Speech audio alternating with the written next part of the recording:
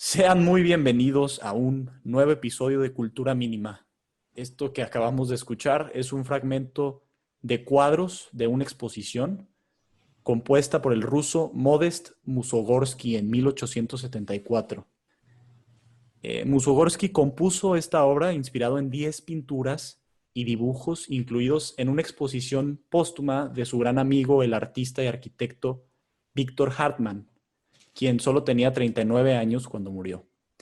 De modo particular, acabamos de escuchar la pieza dedicada a un cuadro que muestra la cabaña sobre patas de gallina, así se llama. Una cabaña con forma de reloj donde vive la bruja Baba Yaga. Las patas de gallina le sirven a Baba Yaga para atacar a cualquiera que se acerque, como los niños perdidos. También ella lleva un mortero de piedra donde tritura los huesos de los niños.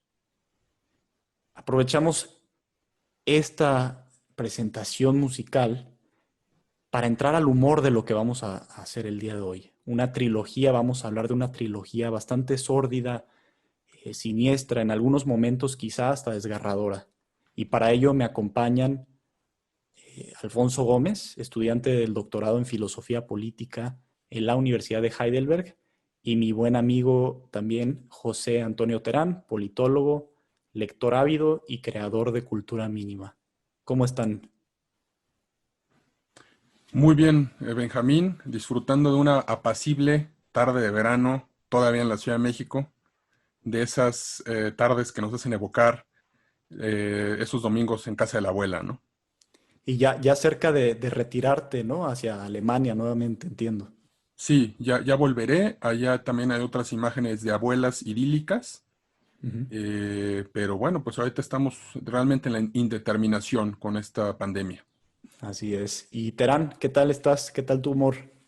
Hola, pues yo siempre estoy de buen humor y quizá los que nos escuchen y han estado presentes en los podcasts anteriores con Alfonso, pues sí dirán, ¿qué onda con estos cuates? Porque los temas medio mórbidos, acá escabrosos. La última vez hablamos de masas y violencia y ahora les vamos a presentar la obra de una escritora que no es muy conocida, que pues como dijiste es incluso desgarradora esta historia, pero bueno, no quiero que se vayan con la impresión de que somos gente morbosa, sino van a ver que detrás de esta conversación le vamos a poder sacar varias cosas que nos pueden iluminar incluso. Excelente. Me da buena espina esto que acabas de decir. Ahora sí, cuéntanos, Alfonso, a ver, ¿de qué trilogía oscura estamos hablando? ¿Qué tal a nuestro querido auditorio? Buenas tardes, buenos días o buenas noches, dependiendo de dónde se encuentren. Primero una anotación, Benjamín, de lo que decías, más bien Terán, lo que decías de estos cuates medio locos que hablan de puros temas escabrosos. Estábamos ahorita, antes de iniciar transmisiones platicando de los fenómenos de masas en YouTube, y yo recordaba un youtubero que su programa consiste en probar papas fritas, ¿no? O sea, compara Sabritas con las otras de otras marcas y esas famosas que vienen en un tubo y con un lenguaje, digamos, estridente y la cantidad de likes y de vistas y de comentarios que tiene. Nosotros preferimos hacer una apuesta por una autora, como bien dices, poco conocida, que es Agota Christoph.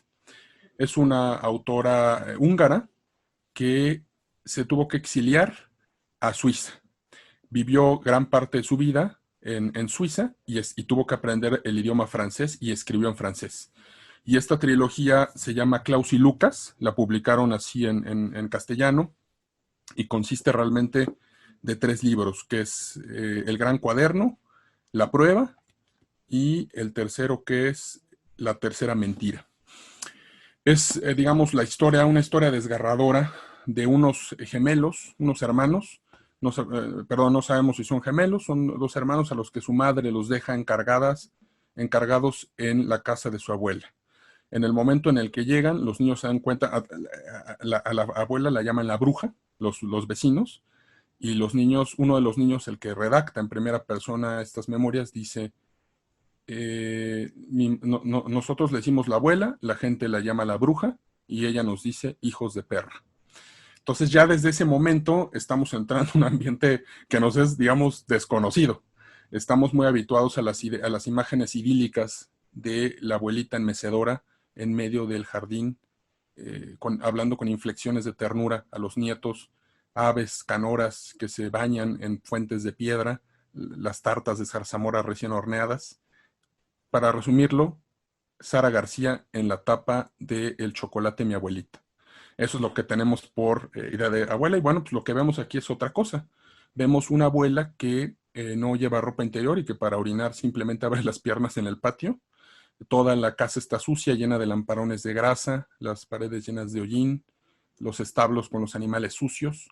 La abuela desde el momento, desde el inicio, dice que no va a tener concesiones y estos hermanos lo que hacen pues es empezar una serie de ejercicios para sobrevivir. Agota Christoph no dice el nombre del país, se trata de un país imaginario. Yo creo que cualquiera de nuestros escuchas adivinará de inmediato que se trata de Hungría, porque incluso a lo largo del texto menciona que las tropas del país vienen y van, pero la situación no cambia. Es una economía quebrada, es una situación de guerra.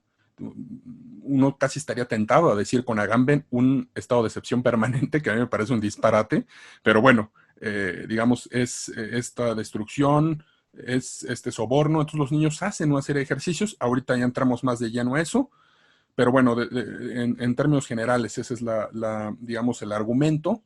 Y lo que a mí yo empecé a leer esta trilogía en la casa de mi abuela, precisamente, ¿no? Entonces iba yo repasando el jardín, el cobertizo, la cocina, todos esos lugares que me eran tan entrañables y me di cuenta que nada tiene que ver con lo que pinta Christoph.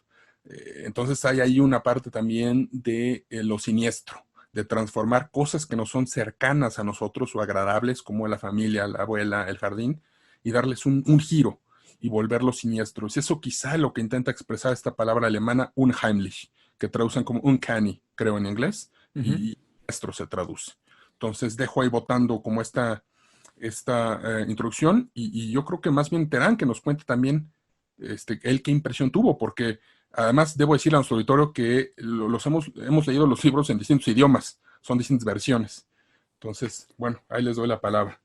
Adelante, Terán, por favor. A ver, tú me dijiste ya anteriormente que esta novela, o no sé si fue toda la trilogía de tu parte también, o solo una de las tres piezas, eh, te había movido bastante el suelo, ¿no? Y te había sacado de onda, digamos, por decirlo de una manera muy burda, porque, y lo comentábamos, ¿no?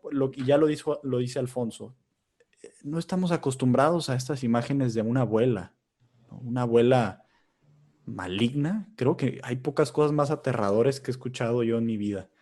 ¿Cómo te parecieron cómo te pareció este libro y cómo ves lo que dice Alfonso, ¿no? Que ahí también yo quisiera en algún momento posterior preguntarle un poquito más acerca de este realismo político que creo que esboza, ahorita mencionando a Gamben, por ejemplo, y cómo esta novela nos puede llevar hacia allá. Entonces, ¿cómo lo ves, Terán? De entrada, pues diría que me impactó. Esta historia es de unas cuantas novelas que me impactaron. La palabra adecuada quizás sería sórdida. Y otro adjetivo que me parece adecuado para describir esta novela, yo nada más leí la primera, que lo leí en inglés, se llama The Notebook. Lo tradujeron como The Notebook, en francés es Le Grand Cahier, que es como el gran cuaderno. Em, Cruda, ese sería el adjetivo en muchos sentidos. Así como Alfonso escribió en la reseña que la autora no se anda con muchas florituras, no adorna la prosa, simplemente se dedica a describir, a narrar hechos. En ese sentido, resulta totalmente cruda. Comparándolo quizá con el cine, diría que pues es como si el director graba una escena de algo macabro, un asesinato, alguien que le dispara en la cabeza a alguien más, lo mata y no le agrega efectos como para llevar a la gente a tener emociones de ningún tipo, sino simplemente te lo muestra en una toma desnuda. En ese sentido, la historia me parece cruda. Yo pensaba leerles a los que nos están escuchando el capitulito, porque la novela está dividida en capítulos muy cortos, máximo de 3 páginas, el de la abuela, cuando los gemelos describen la primera impresión de esta abuela, que a mí me vino a la mente imágenes como de una película de terror. Un personaje que, como dijo Alfonso, se detiene y orina donde sea, se emborracha en la noche, describen cómo se emborracha y empieza a hablar en otro idioma y se va a dormir, nunca se cambia. Los gemelos describen que la espían durante la noche y se quita la falda y se quita la blusa y debajo tiene una falda y otra blusa, nunca se quita el chal o la especie como de manta que tiene en la cabeza. Entonces es un personaje aterrador y eso lo describe tan solo en 3 páginas sobre la abuela. Pero bueno, ya no voy a leerlo, ya Alfonso describió un poco en ese sentido, pero sí quiero recalcar un personaje que a mí me dejó impactado, que es una niña. Bueno, para esto en la novela ningún personaje tiene nombre. De los gemelos, los protagonistas, no sabemos cómo se llaman y ellos hablan indistintamente en plural. Y hay un personaje, una niña, que en inglés la llaman hair lip, que es la traducción de leporino, de labio leporino, porque la niña eso así tiene los labios. Y entonces yo le puse leporina en mi cabeza. Es lo más cercano a un nombre que se le da a algún personaje, es este apodo. Y es una niña como de 13 años que vive en un ambiente de, híjole, ¿cómo llamarlo? De un estado de naturaleza que, contrario a lo que dirían algunos liberales o Rousseau, que se imaginaba al primitivo viviendo, llevando una vida idílica, en este caso, pues hay temas realmente aterradores. Entre ellos les adelantaré a los que nos están escuchando, pues hay escenas de zoofilia, hay pederastia, hay asesinatos, hay de todo esto. Entonces, a mí ese personaje de Leporina, así la llamé, me pareció impresionante. Terán, ¿tienes allí el libro contigo? Sí, ¿Por qué en lugar de leer todo el capítulo, digo, no tiene que ser ahorita, me gustaría pasarle la palabra a Alfonso, pero quizás sí la selección de un párrafo para que escuchemos el tono, para que sepamos cómo está la cosa ya directamente de la autora? Eh, Quisiera regresar contigo, Alfonso, para este tema. O sea, ¿por qué esta crudeza? ¿Qué nos deja esta crudeza hoy en día en términos de, si quieres abordarlo desde el punto de vista político, desde el punto de vista literario, esta decisión entre lo fantasioso y lo real? Hay varios ángulos desde lo que los podemos ver, varios arcos narrativos incluso, supongo. Adelante, por donde más se te antoje. Gracias, Benjamín. Gracias, Terán, por creo que toda esta gama de crudezas y de salvajismo que hay condensado en la novela como un prisma en el que se van, digamos, develando todas estas haces de luz, pero son tonos demasiado oscuros, ¿no? Yo creo que, a ver, vamos, dices bien, literatura, esta idea del doppelganger, ¿no? Del doble, está muy bien trabajado ahí en esa novela.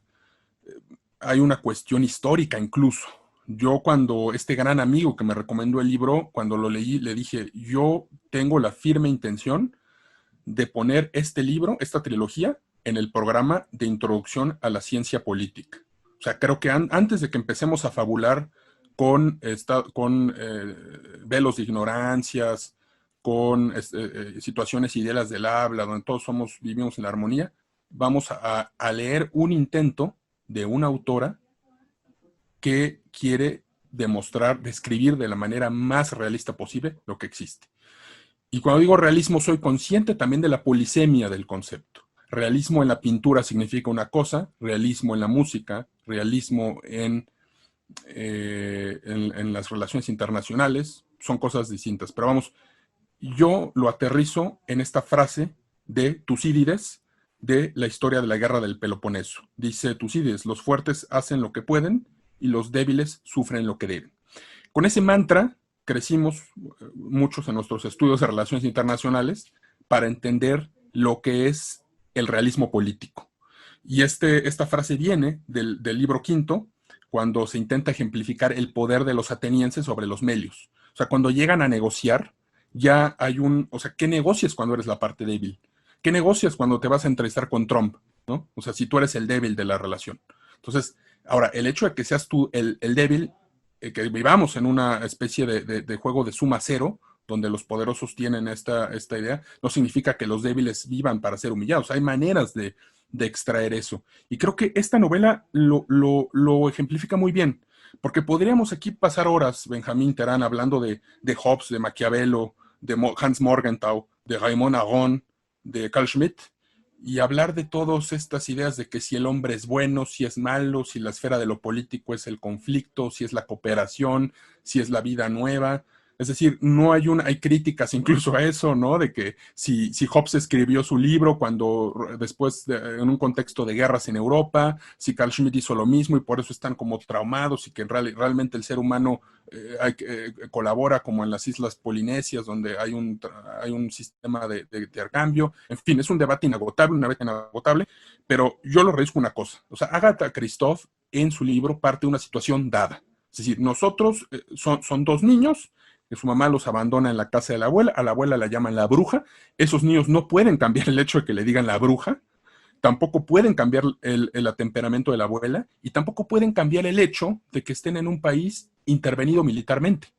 O sea, pueden ellos fantasear y hay una gran beta de literatura que se ocupa de esas fantasías. Es decir, a ver, en tu cabeza, niño, escóndete en una recámara y piensa que el mundo es bonito y hay flores y los campos verdes y todos bailamos y cuando se acabe esta sombra del mal, todos vamos a volver a agarrarnos de las manos y a bailar las canciones de José Luis Perales, ¿no? Agárrense las manos. Ese podría ser digamos, idea. Pero aquí es lo contrario, o sea, Agatha Christoph no se mete a decir vamos a cambiar el mundo, dice, esto es así. ¿Qué hacen los niños para sobrevivir? Y decías, Benjamín, ahorita quiero que Terán nos hable de ese estilo de la cara de liebre, pero yo tengo aquí dos frases, dos extractos de la trilogía que sí me voy a permitir citar, no solo para mostrar el lenguaje de Christoph, sino también el mundo crudo al que se enfrentan estos niños. Las piras negras que habíamos visto desde arriba son cadáveres carbonizados. Algunos han ardido bien, solo quedan los huesos. Otros apenas están ennegrecidos. Hay muchos, grandes y pequeños, adultos y niños. Pensamos que primero los han matado y después los han amontonado y les han echado gasolina para prenderles fuego. Esa es una de las citas.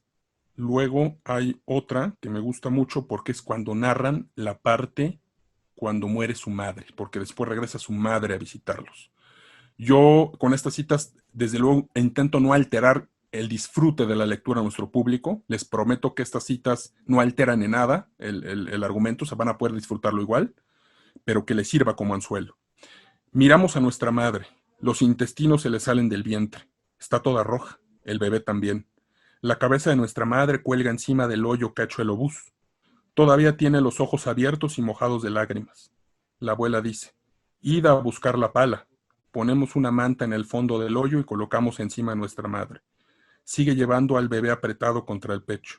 La tapamos con otra manta y después llenamos el agujero de tierra. Cuando nuestra prima vuelve a la ciudad, pregunta, ¿ha pasado algo? Nosotros decimos, sí, un obús ha hecho un agujero en el jardín. Wow. Ok, bueno, entonces, a ver, obviamente sin la intención de diluir, pero quiero sí retomar ciertos hilos de lo mucho que nos has dicho, Alfonso. Entonces, realismo, esta crudeza responde a cierto realismo. La vida no es, lo sabemos bien, este mundo de caramelo. Hay cosas críticas, hay cosas terribles. La mencionábamos muy bien en el episodio anterior de Masa y Poder. Y esta autora a través de la literatura se mete quizá a las fibras más sensibles del ser humano, retratando a niños que siempre se equiparan con también el tema de la inocencia, el tema de la imaginación, con esta figura tenebrosa, aparte no solamente encarnada en una abuela anciana, sino podríamos hablar incluso de una vejez societal, por decirlo de una manera, ¿no? Una vejez esparcida en esta sociedad que está metida en una guerra. Terán, ¿qué agregas a esto que acaba de decir Alfonso? Tocó un montón de temas, Alfonso, por ahí, e incluso veo una oportunidad para responder a una pregunta que me hizo en el podcast de Knut Hamsun ya hace unas semanas. Él me pidió que comparara a los personajes de la obra de Knut Hamsun con la de otros escritores como Kafka o Dostoyevsky. Y ahorita que estaba mencionando incluso este tema de incorporar obras artísticas, en este caso esta novela de Christoph, al currículum o al plan de estudios de ciencia política, de teoría política, pues me recordó que yo cuando estudié la carrera, que pues como ya lo saben y lo repito siempre, nunca me gustó, quizá por el perfil muy cuantitativo y todo esto del rational choice. A mí siempre me ha interesado más la teoría política y el aspecto pues más realista, como estamos diciendo. Yo soy fan de Kafka, de este escritor checo que escribía en alemán, y él tiene varios cuentos, textos muy breves, en los que para mí demuestra con esas historias mucho más de lo que pueden hacer todos los grandes teóricos contemporáneos con todos estos tratados y sus ensayos y sus textos filosóficos o de teoría. Para mí, Kafka en unos cuentos demuestra mucho más, y eso hace esta novela. Con esta historia de los niños y la circunstancia que están en un pueblo en la frontera con varios países, en la situación de guerra, te está diciendo mucho más que lo que podrían hacer todos los grandes intelectuales. Yo encontré una relación entre la forma en la que narra o en la que se comportan los personajes con los personajes de Kafka, ¿no? Muchos conocen la historia de la metamorfosis, en la que de repente despierta el protagonista y es un escarabajo gigante. ¿Y qué pasa? No vemos que él se esté preguntando muchas cosas. No hay dilemas existenciales tanto, sino simplemente qué hacer. Son páginas enteras de la metamorfosis en la que el protagonista está intentando voltearse, porque es un escarabajo gigante, se intenta voltear. Eh, por otro lado está el del proceso, Joseph K., que también despierta un día y está siendo enjuiciado. Y otra vez no se pregunta nada, sino simplemente se va desarrollando en esta circunstancia terrible. Creo que en ese sentido lo podemos equiparar a un realismo político, estas obras de arte. Ahora, no sé si ya llegó el momento. Yo tenía preparado hablar de Wittgenstein desde el podcast pasado y no me dejaron. La conversación se fue por otros lados, pero yo encontré muchas cosas muy parecidas al pensamiento de Wittgenstein en esta novela, más allá de que también Alfonso explícitamente me dirigió un poco, me dijo, oye, cuando hablemos de Christoph, pues, ¿por qué no hablas tú de Wittgenstein? Ahí les van las semejanzas que he encontrado, ¿sí? Llegó el momento. Llegó Oye, el momento. una cosa, De todas maneras, Terán, en algún momento sí quiero que tú selecciones algo de lo que más te pareció impactante de la novela y lo leas. Tú decides cuándo, nada más en algún momento. Ya con las citas que nos da también Alfonso, nos damos una idea muy clara, pero quiero ver cuál fue la que te saltó a ti en lo particular. Y aparte, aviéntate lo de Wittgenstein y ahorita vamos a preguntarle algunas otras cositas a Alfonso. Adelante. oye, antes de que nos metamos ya directo a Wittgenstein, Benjamín y Terán, pero antes de que se me olvide, porque creo que ya vamos, cuando entremos a los linderos del lenguaje vamos a pasar a otro tema. Yo ahorita recordé no sé si recuerdan esta artista mexicana de las telenovelas que se llama Dana Paola. Tenía una canción del mundo de Caramelo, ¿no? Y me va a permitir, yo sé que algunos en este momento apagarán el podcast y dirán esto es una burla, pero ahorita les juro que esto va a tener sentido. Dana Paula en esta canción dice, hazme un mundo de caramelo, llena el aire con algodón, que los dulces caigan del cielo, las estrellas piñatas son.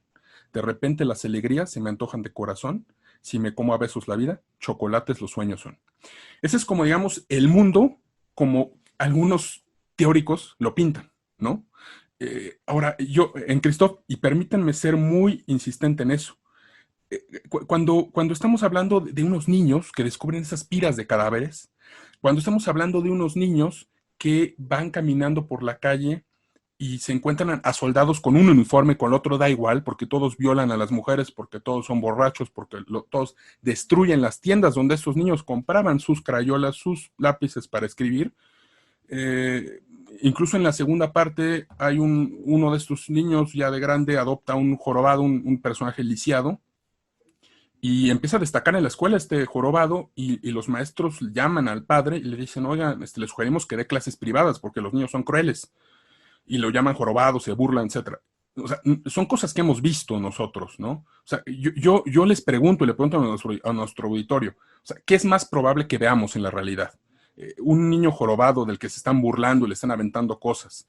Un país en guerra en el que están invadiendo y están violando y destruyendo los negocios, o un mundo de caramelo donde los ciudadanos son racionales, donde en medio de las llamas se sientan a discutir sobre, en términos de procedimentales, sobre la ley. Es decir, esto a lo que después, a lo mejor por ahí una oportunidad de introducir, que es Habermas, esta idea de la situación ideal del habla. O sea, hay una trampa en estos modelos que nos hablan de ciudadanos perfectamente racionales, de leyes procedimentales, de constituciones libres de ideologías, y esa trampa es que parten de un orden ya establecido, un orden concreto. Esto también tiene que ver con este afán de crear teorías sin respetar el contexto en el que estamos viviendo. O sea, el contexto, y tú lo sabes, Benjamín, hace unas semanas estamos indignados de este juez que mataban en Colima. O sea, nuestra realidad en México. O sea, es la realidad la misma de la Tierra Caliente en Michoacán, que la del norte de México, que la de Oaxaca, donde en la costa hay robo de huevos de tortuga, o donde hay tráfico de amapola, o donde hay tráfico de piezas arqueológicas en el sur, o tráfico de migrantes. O sea, es la misma realidad, es la misma en todos los lados, y esa, a su vez, es la misma de Quebec, de Washington y Berlín. Yo creo que no. Y yo creo que Christophe lo que hace es poner muy en claro que en ese país imaginario esos niños elaboran ejercicios para sobrevivir ahí. Y quiero complementar esto que dices, Alfonso, para que quienes nos escuchan se den cuenta de estas trampas que tú señales. Yo tengo un ejemplo muy concreto y está en Netflix. Hace ya algunos meses salió, digo, creo que años, de hecho, salió una serie acerca de bebés. Y es una serie en donde no solamente se está narrando la parte complejísima que tiene el ser humano del desarrollo en sus primeros meses de vida, etcétera, sino que también están haciendo un argumento para probar la bondad inherente, y esto lo digo entre comillas, ¿no?, de los bebés, ¿no? Y ponen distintas instancias en donde se ve cómo cooperan, donde si tú le das una pelota de cierto color y le regresas otra y le sonríes, él también coopera, etcétera. Entonces vemos todo esto, digamos, va en un contexto que parece inofensivo para alguien que lo empieza a ver por primera vez, y que sin cuestionarlo a lo mejor podemos asumir la idea de que el ser humano es bueno y ya, ¿no? El ser humano por naturaleza es bueno y la sociedad lo corrompe. Pero lo que tú nos estás planteando aquí en realidad es una visión quizá mucho más realista al respecto, y es, el ser humano sí tiene inclinaciones naturales, quizá, por ponerlo en ese término, de tal o cual tipo, pero existe tal complejidad en la existencia misma que no podemos cometer el error, al menos como seres pensantes de esta época y de cualquier época, querer generalizar de manera tibia con modelos que nos parecen teóricamente adecuados, ¿no? Y en este caso, por ejemplo, solamente decir los bebés son buenos y entonces todo lo que está socialmente sucediendo está mal. O el caso de Rousseau, ¿no? Es el clásico caso del salvaje bueno, ¿no? Del Tarzán, que está mostrado en distintas películas, ¿no? En fin, yo quisiera nada más dejar esa anotación allí antes de ya entrar a lo del lenguaje. Ahora sí, Terán, con todo el placer del mundo, dinos por qué nos importa esto del buen Ludwig. Bueno, antes de entrar a Wittgenstein, a ver si no nos extraviamos otra vez y acabo sin decir nada de él, pero quiero sí mencionarles que no se puede acabar esta conversación sin que lea yo ese cuentito de Kafka, que es una página en la que voy a demostrar cómo Kafka tenía una visión mucho más realista y a través de su arte nos dice mucho más que todas estas teorías políticas que hemos mencionado. ¿Okay? Entonces, no me dejen ir sin leer ese cuento, pero bueno, pasamos a Wittgenstein. Entonces, la relación directa es entre el título incluso del libro. El libro se llama El Gran Cuaderno. Eso te remite inmediatamente a los cuadernos azul y café de Wittgenstein, en los que él plantea como por primera vez, son como los estudios preliminares de las investigaciones filosóficas, que es la otra gran obra que incluso define como que la segunda etapa de su pensamiento. Se dice que el primer Wittgenstein es el del Tractatus, el segundo el de las investigaciones. Entonces, este libro se llama El Gran Cuaderno y los gemelos, esos son sus ejercicios, se sientan, nada más tienen 2 libros, tienen un diccionario y una Biblia que encontraron ahí en el ático, y a partir de eso aprenden. Ellos son como autodidactas porque no hay escuela, porque están en guerra. Ellos aprenden y hacen ejercicios sencillos que son, le asignan un tema a uno de ellos y él se sienta a escribir sobre eso. Entonces, por ejemplo, dice, bueno, el tema de ahora es cuando llegamos a la casa de la abuela, y tienen 2 horas y lo escriben, y después el otro, el que no escribió, lo califica. ¿Es un buen texto o es un mal texto? Si es verdadero. Si no es verdadero, es un mal texto. La novela está dividida en esos capitulitos, que son los que escriben estos gemelos en el cuaderno. Se parecen mucho a los ejercicios de Wittgenstein en el cuaderno azul y café y en las investigaciones filosóficas, es decir, esos juegos del lenguaje. Esa es la primera relación así como más obvia. La segunda es, voy a hacer un resumen así arriesgado, atrevido, del pensamiento de Wittgenstein, e incluso algunos que nos están escuchando dirán o creerán que pues estoy ya debrayando o que me estoy metiendo en temas abstractos, complejos, abstrusos, incomprensibles, cuando en realidad el pensamiento de Wittgenstein, principalmente el de las investigaciones filosóficas, lo que busca es aclarar, arrojar una luz en ese mundo tenebroso que dice Wittgenstein es el del lenguaje. Él incluso en el párrafo 109 de las investigaciones dice que la filosofía es esa lucha contra el embrujo de las palabras, contra el hechizo del lenguaje. Entonces, los que me están escuchando dirán, híjole, está debrayando, pero ahí les va un ejemplo que me vino a la mente. Supongo que ustedes sí ubicarán esta caricatura que es de los 90s y principios de los 2000, creo que era el laboratorio de Dexter. El laboratorio de Dexter es una caricatura muy chistosa del niño genio que siempre viste con su bata de laboratorio. Tiene una hermana, Didi, que es insoportable, al menos para él. Incluso tiene el raro don de la ubicuidad, porque de repente cerraba su laboratorio Dexter y aparecía esta niña molesta ahí, interrumpía todo. Pero bueno, recuerdo un chiste en el que Didi llegaba con Dexter y le decía, oye, tienes un insecto en la cara. Y Dexter se espantaba, intentaba quitárselo y no tenía nada. Y regresaba Didi, oye, tienes un insecto en la cara. Dexter, ay, intentaba quitárselo, resultaba que no tenía nada. La tercera vez llega Didi y le dice, tienes un insecto gigante en la cara. Y Dexter dice, no te creo. Y cambian la toma a Dexter y tiene un escarabajo del tamaño de su cuerpo. Eh, Creo que eso es un poco lo que sucede, diría Wittgenstein, con la filosofía, y que vemos que es este hechizo de las teorías de fantasía que hemos estado diciendo. Estamos tan mal acostumbrados a usar el lenguaje como con estos embrujos, a perdernos en fantasías, que de repente ya no reconocemos las cosas que están frente a nosotros, las cosas más claras. Es un escarabajo gigante. Entonces, ya que me justifico con esa historia, voy a ahondar un poco en el pensamiento de Wittgenstein. 3 cosas son esenciales cuando hablamos del segundo Wittgenstein. Uno es este concepto de representación perspicua, que suena horrible. O sea, yo lo sé, suena terrible. ¿Qué es una representación perspicua? El alemán nos puede arrojar un poco de luz. En alemán es übersichtliche Darstellung. Darstellung es representación. La palabra tiene dos elementos, ¿no? Entre ellos el verbo stellen, que es poner ahí, ¿no? Presentar. Por eso es Darstellung, una representación de alguna manera.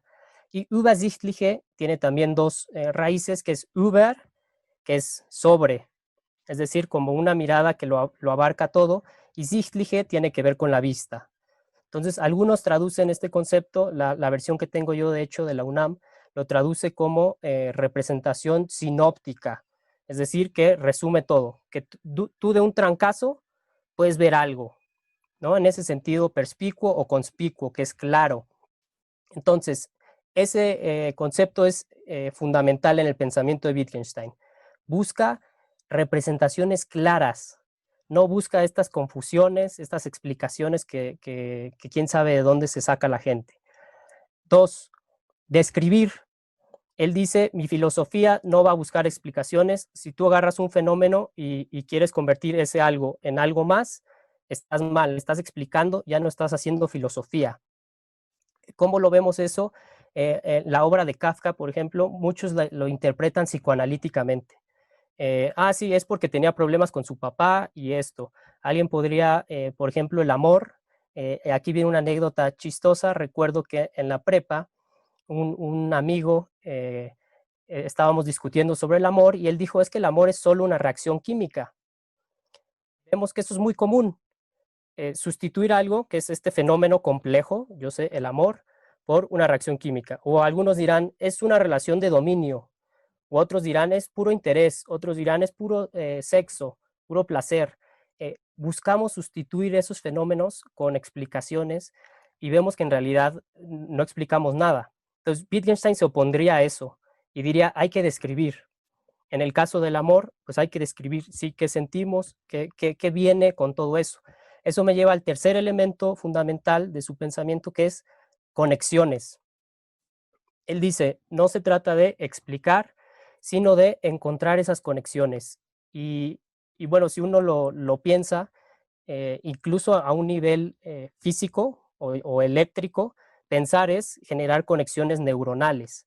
Un ejemplo buenísimo que da Wittgenstein de este tipo de pensamiento es el de las relaciones de parentesco. Ustedes conocen a alguien, ¿no? Y saben que tiene 2 o 3 hermanos, pero nunca los han visto.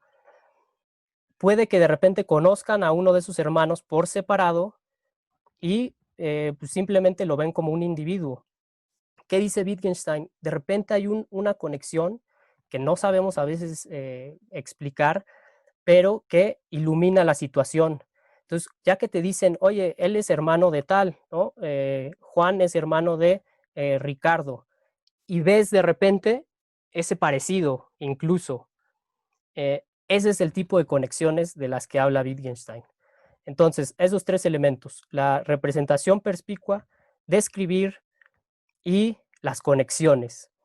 En ese sentido, la novela de Christoph se dedica simplemente a describir, y lo dicen explícitamente los gemelos en uno de los episodios en los que describen esta idea de cuáles son sus estudios. Y ellos dicen, no nos vamos a meter en rollos que pues puedan generar confusión, que sean ambiguos, vamos a describir. Y la novela de Christoph, esta novela El Gran Cuaderno, se podría interpretar como un juego de lenguaje de Wittgenstein en ese sentido. A ver, ahí les paso la bola a quien quiera porque ya incluso me cansé. Va Alfonso, pero yo nada más quiero, para quien nos está escuchando, repetir lo último que acabas de decir para que quede claro, ¿no? Representación perspicua básicamente es como este principio de ubicarte, ¿no? De ver todo a través de un lente, digamos, de muchas caras, ¿no? Así lo veo.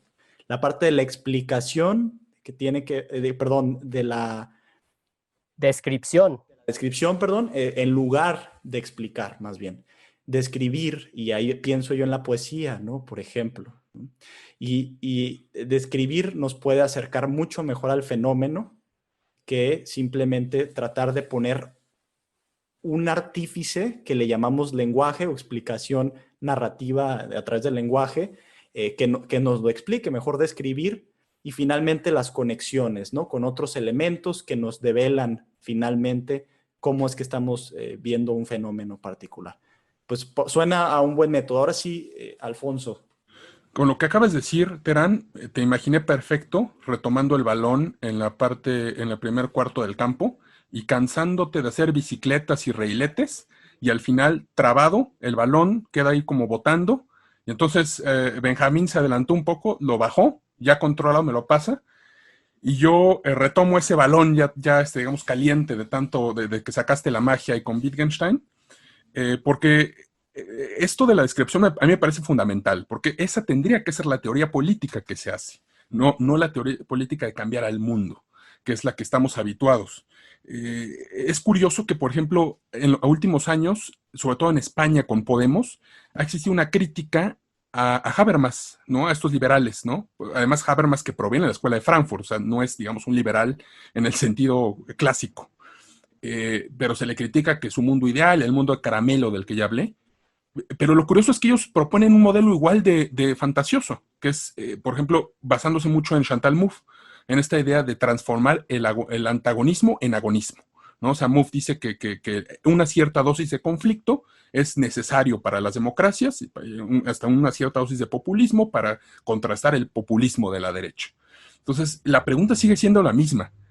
¿Cómo diablos transformas el antagonismo que puede existir en la realidad? O sea, en la realidad puede haber personas que te odian. En este momento yo les aseguro que hay personas que nos odian sin conocernos, nada más por cómo nos vemos, por el estrato social al que pertenecemos, por el país al que venimos, ¿no? O sea, puede ser un tipo perdido en la provincia estadounidense que cree que todos los mexicanos son rateros y hay que exterminarlos. Puede ser algún personaje en México de la farándula que dice, no, estos blanquitos hablando de temas elitistas, ¿no? Y ya sin conocernos nos odian. Ahora, esa situación es aún más preocupante si pensamos en cosas históricas. Pensemos en la desintegración de Yugoslavia, pensemos en Ruanda y en las matanzas entre Tutsis y Hutus. Es decir, ¿cómo transformas ese antagonismo de Ruanda o de Yugoslavia en agonismo? Entonces, hay ese salto de fe que hace tanto Habermas para crear ese mundo de leyes y libre de coerción, y Chantal Mouffe para crear ese mundo agonista donde todos se pelean en el Parlamento. Ese salto de fe ocurre solamente cuando se recurre a la pedagogía del individuo, cuando lo vamos a educar, ¿no? Entonces, ahí ya estás alterando todo eso que dice Wittgenstein, te estás metiendo directo con la realidad y la estás moldeando. Ya desde luego que no hablemos de todas estas teorías que, como dices, Terán, de Kafka es de perspectiva psicológica, que si una novela tal, no. Ahora, este mundo realista no tiene que ser necesariamente oscuro, macabro, siniestro, desalentador. Y para prueba es que incluso en este mundo de los gemelos hay espacio para el erotismo. Y vean qué maravilla. Hay una parte en Klaus y Lucas, perdón, en el Gran Cuaderno, donde dice, hay una parte que les quiero decir, uno de ellos, de los hermanos, dice, observa sobre una mujer. Observamos sus dos trenzas rubias danzando sobre su chal negro, unas trenzas espesas y largas, le llegan a la cintura, sus caderas se mueven bajo la falda roja. Se le puede ver un trocito de pierna entre la falda y las botas. Las medias son negras y en la de la derecha se le ha corrido un punto. Es decir, sin recurrir a lo pornográfico, ese erotismo existe, está palpitando ahí en un país destruido por la guerra.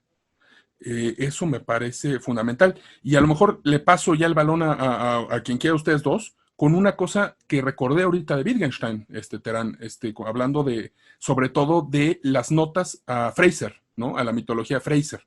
Fraser, este mitólogo que escribe, creo que es de la escuela de Cambridge, que escribe, hace un análisis de los mitos antiguos, primitivos, en una biblioteca, y Wittgenstein hace como anotaciones, Bemerkungen, creo que es el título en alemán, y hay una parte en la que dice que hay hechos como besar la foto de nuestra amada que se agotan en sí mismos. O sea, no tienen que tener una repercusión. Eso tienen un sentido en sí mismos. Y el error de Fraser y de otros teóricos es creer que esas cosas absurdas, que puede ser besar a la novia, que puede ser hacer una danza para que llueva en de los primitivos, son absurdas porque lo vemos desde una perspectiva ilustrada moderna. pero eso tiene una significación social y por eso la labor tiene que ser descriptiva cuando nos enfrentemos a los mitos. Muy bien, a ver, yo quisiera empezar, o sea, como a juntar todo esto, a ver si es posible, porque son muchas cosas, pero me interesa particularmente esto que enfatizas, eres enfático aquí, Alfonso, en el tema del realismo otra vez, ¿no? Y es cómo concebir nuestra realidad social de manera tal en la que no caigamos en visiones quizá reduccionistas, no solamente reduccionistas, sino... ¿cómo llamarlas? No son necesariamente cínicas porque pues, posiblemente tienen una pretensión de verdad, pero son ingenuas quizá. Creo que la palabra que estoy buscando es ingenua. Y al hacerlo, eso deriva en implicaciones sociales concretas y terribles. O sea, lo que creo que aquí ayudará mucho a quienes nos están escuchando es ver cómo todas estas corrientes de pensamiento, porque citas a una diversidad de autores, ¿no? Incluyendo al famoso Jürgen Habermas, ¿no? Que es famoso por su oscurantismo en la época contemporánea, ¿no? Eh, Mucha gente dirá, bueno, y a mí, o sea, como que, ¿qué me importa, no? ¿Qué me puede importar realmente esta discusión? Y creo que es lo que yo estoy tratando de hacer con esta especie de síntesis, es, te importa y te debe importar mucho porque gran cantidad de las decisiones que tomamos como sociedad derivan, aunque no se le pueda rastrear muchas veces de manera muy clara, de teorías, de discusiones académicas, de lo que postulan ciertos estudiosos, a veces que ya están muertos también, ¿no? Y así nos vamos guiando como sociedad. Y las políticas públicas que ves y el fracaso de la guerra contra el narco, por poner eso en esa terminología que se concibió a través de, escuchaba yo, y aquí voy a meterme a algo muy contemporáneo, ¿no? Al tal cual al expresidente Felipe Calderón explicando una justificación de la guerra contra el narco utilizando microeconomía, ¿no? Y hablando de la teoría de un premio Nobel en donde expresaba el comportamiento del crimen, etcétera. Vean, o sea, cómo una visión académica deriva en una decisión de política pública que deriva a su vez en algo que está pasando en la calle en la que vives, ¿no? Y creo que, digamos, esa es la arqueología, a lo mejor muy sencilla, muy pedagógica que estoy haciendo para que quienes nos escuchan entiendan el sentido de todo esto y por qué entonces hay que reivindicar la literatura y ella puede explicarnos de una manera mucho más nítida, mucho más profunda la realidad en la que vivimos y eso nos convierte, y a lo mejor ahí te quiero yo dar el balón, Terán, sé que vas a decir algo distinto a lo que te voy a preguntar, pero eso nos convierte quizá en seres más peligrosos, ¿no?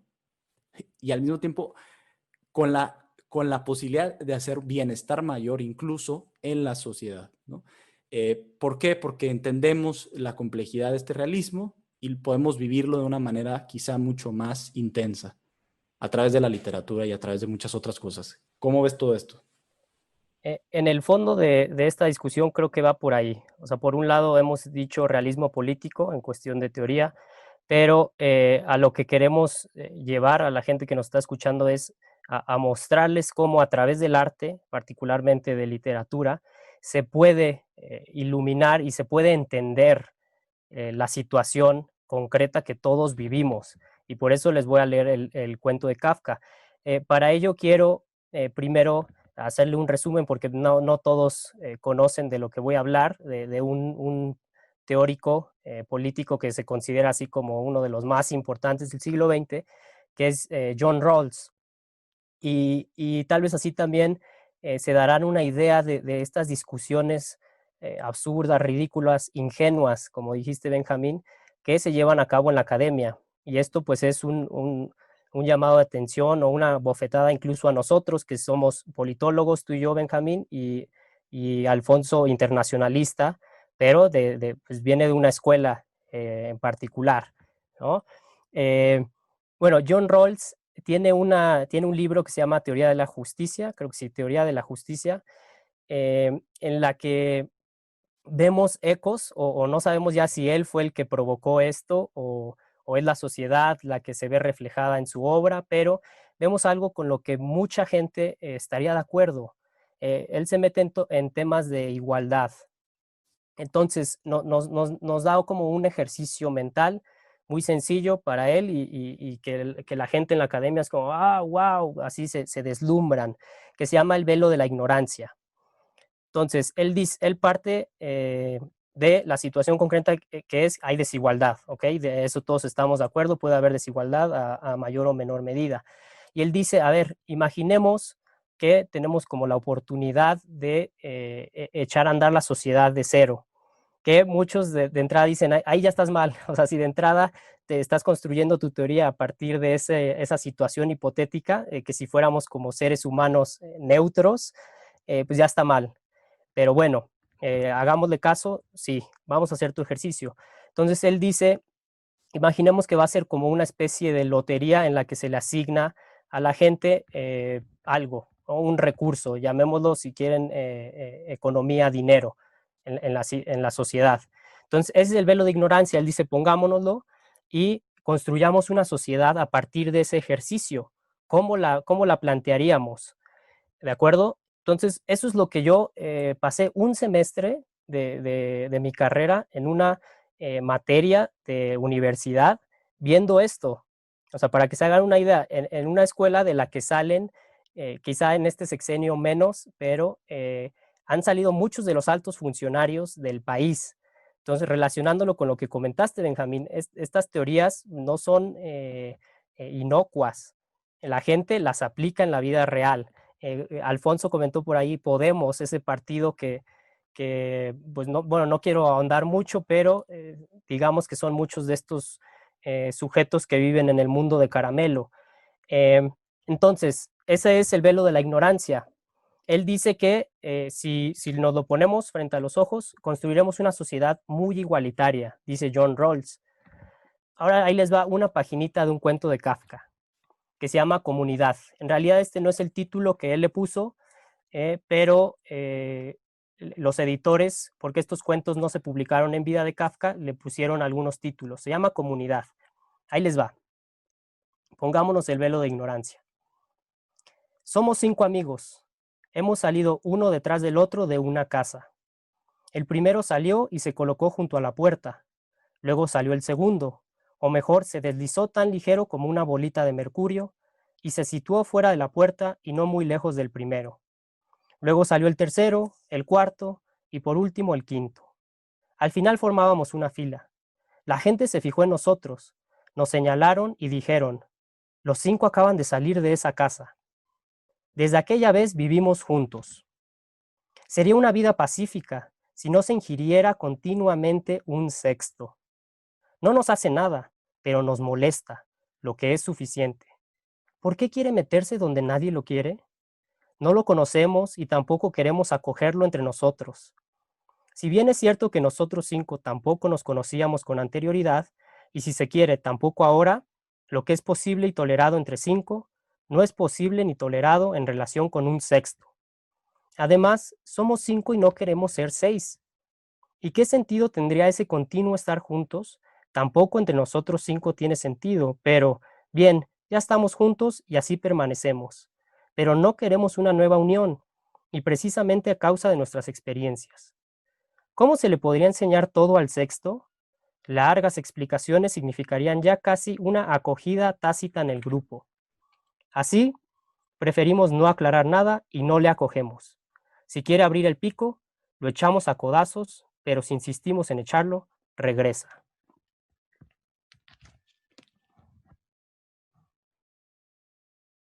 Eso es en una paginita y unos cuantos renglones más.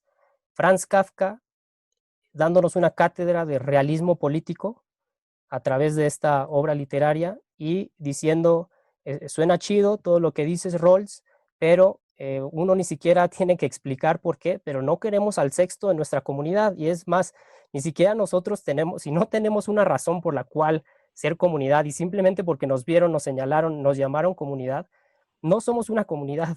Eso es un grupo de individuos e incluso en un grupo de individuos, como le gustaría imaginar al liberalismo, pues va a haber alguien que te quiere dar codazos. Claro. Claro. Y esta idea también se me viene a la mente, que es la de cómo el comportamiento, por llamarlo de alguna manera, de tribalismo, esta unión entre tribus, etcétera, precede, ¿no? Precede o se antepone incluso yo creo que a la noción misma de individuo. Es una noción de individuo que permea y que prepondera en nuestra sociedad actual, pero somos antes miembros de la tribu que individuos mismos. Es algo que creo que no se ve en el debate contemporáneo. O, digo, se refleja evidentemente en redes sociales y en Twitter y todo esto, pero no está ese realismo, pues no está esa conciencia de que ahí está ese comportamiento de darle de codazos a alguien más. ¿Cómo cerramos esta conversación, Alfonso? ¿Qué ves? Bueno, pues sí, Benjamín, creo que va siendo tiempo de que anudemos los cabos sueltos.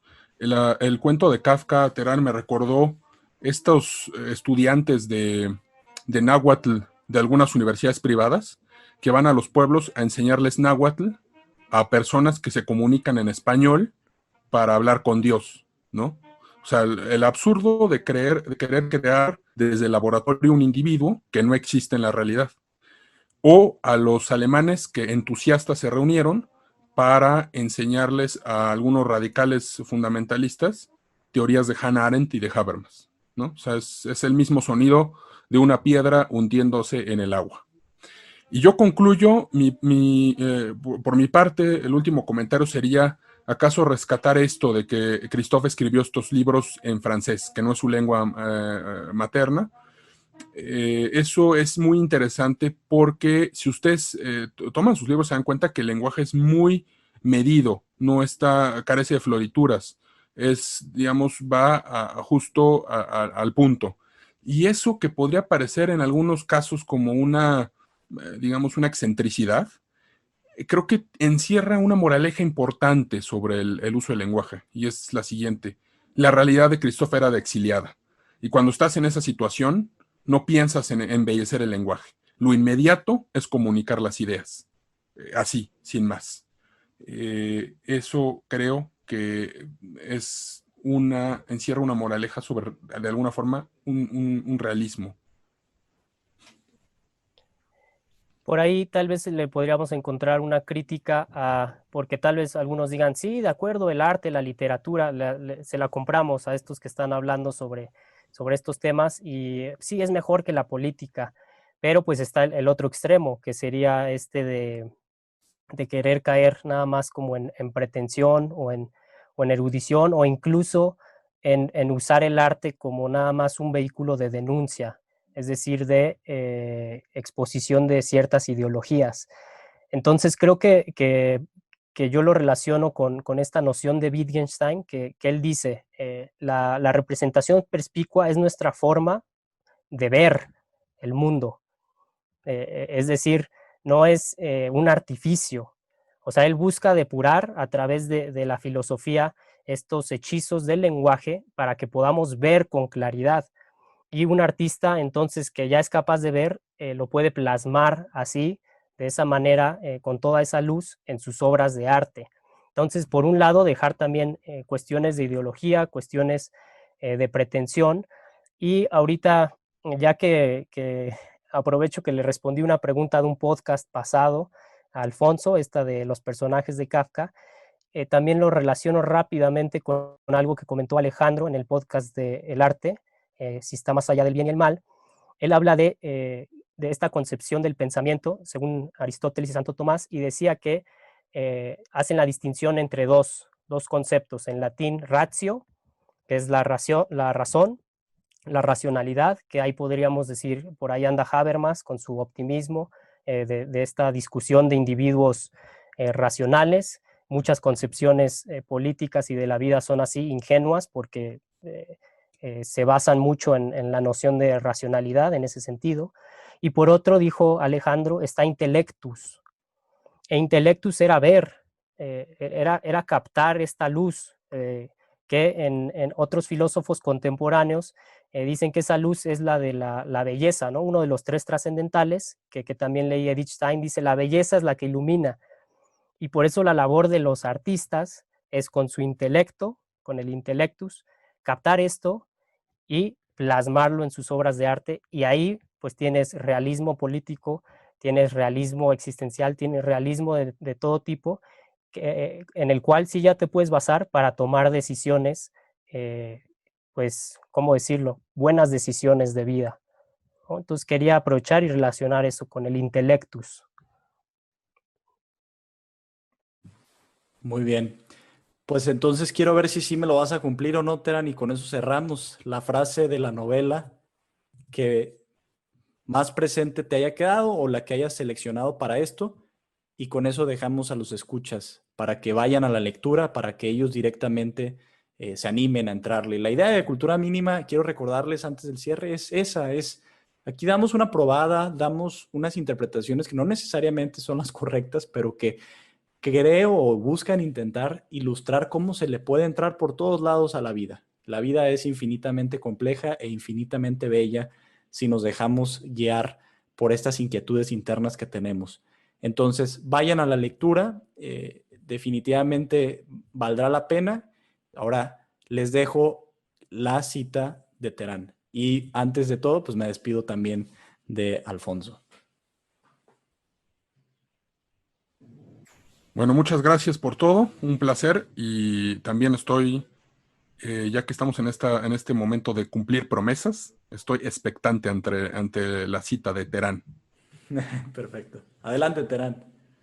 Tenía preparada la cita de la abuela porque lo traduje, yo lo estoy leyendo en inglés, pero aprovecho, también tenía preparado un ejemplo que yo iba a vincular con esta idea de Wittgenstein y de las representaciones perspicuas, pero es un pasaje que a mí me parece extraordinario. Entonces, les repito, la novela está dividida en capitulitos en las que muchas veces eran los ejercicios que se planteaban los niños, los gemelos.